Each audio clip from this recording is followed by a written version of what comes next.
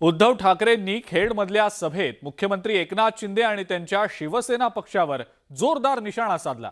सभेतून त्यांनी पुन्हा एकदा बाळासाहेबांचं नाव आणि फोटो वापरण्यावरनं शिंदेंना आव्हान दिलं।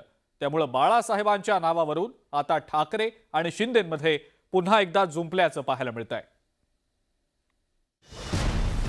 ठाकरेंचे वार, शिवसेनेचा पलटवार। बाळासाहेबांच्या फोटोशिवाय निवडणूक लढवा। खेडच्या सभेत उद्धव ठाकरेंचं आव्हान, तुम्हीच नाव बाजूला करा, केसरकरांचं प्रत्युत्तर। शिवसेना नावाशिवाय बाळासाहेबांच्या फोटोशिवाय तुम्ही नाव मत मागून दाखवा।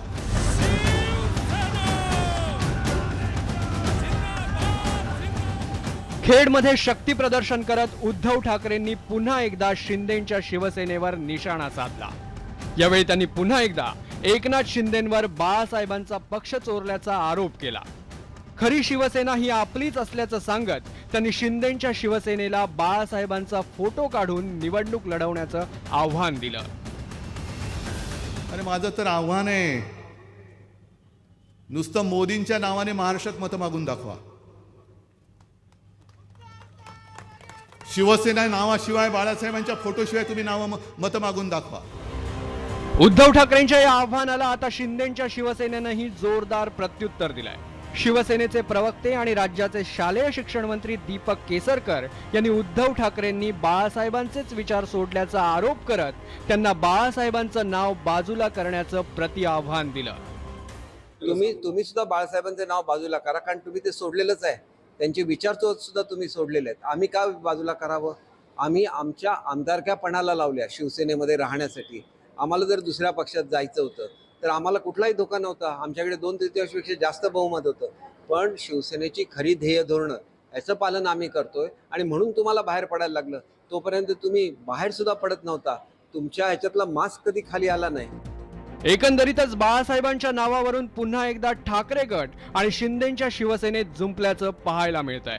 दोन्ही गटांकडून बाळासाहेबांचा वारसा सांगितला जात असला तरी बाळासाहेबांचा राजकीय वारसदार कोण याचा फैसला मात्र जनताच करणार आहे। त्यामुळे तुर्तास तरी शिंदेंची शिवसेना आणि ठाकरे गटात राजकीय आरोप प्रत्यारोप आणि आव्हान प्रतिआव्हान सुरूच राहण्याची शक्यता आहे। Bureau report, news 18 Lokmat. विश्वास आहे।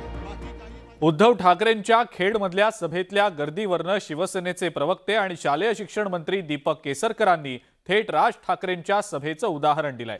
त्यामुळे ठाकरेंच्या सभेनंतर पुन्हा एकदा शिंदेंची शिवसेना आणि ठाकरे गटात जुंपल्याचं पाहायला मिळतंय। ठाकरेंची सभा, कोकणामध्ये राजकीय शिमगा। सभेतल्या गर्दीवरून केसरकर यांचे बाण। राज आले असते तर दुप्पट गर्दी झाली असती। केसरकरांनी यायला हवं होतं, खैरेंचा टोला। डोळ्यात मावत नाही असं हे आई जगदंबेचं रूप आहे।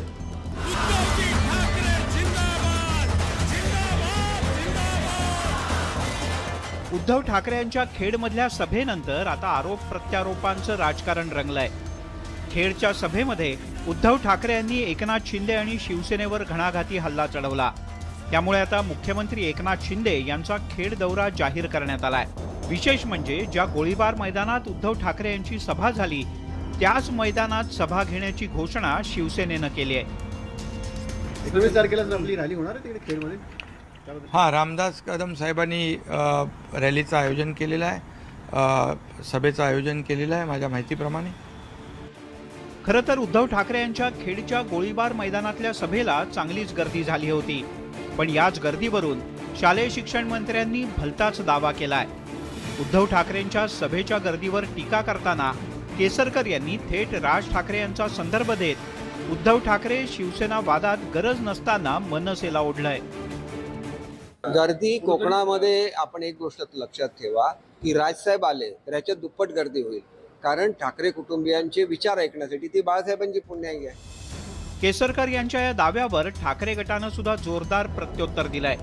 केसरकर यांनी सभेत येऊन पाहायला हवं होतं असा टोला चंद्रकांत खैरे यांनी लगावलाय। कोकणातला म्हणजे होळीचा सण खूप महत्त्वाचा असतो। हे सगळे मुंबईचे चाकरमाने सुद्धा त्या ठिकाणी होळीसाठी 5-5, 6-6 दिवस गावात असतात हे सगळे त्या ठिकाणी आले होते.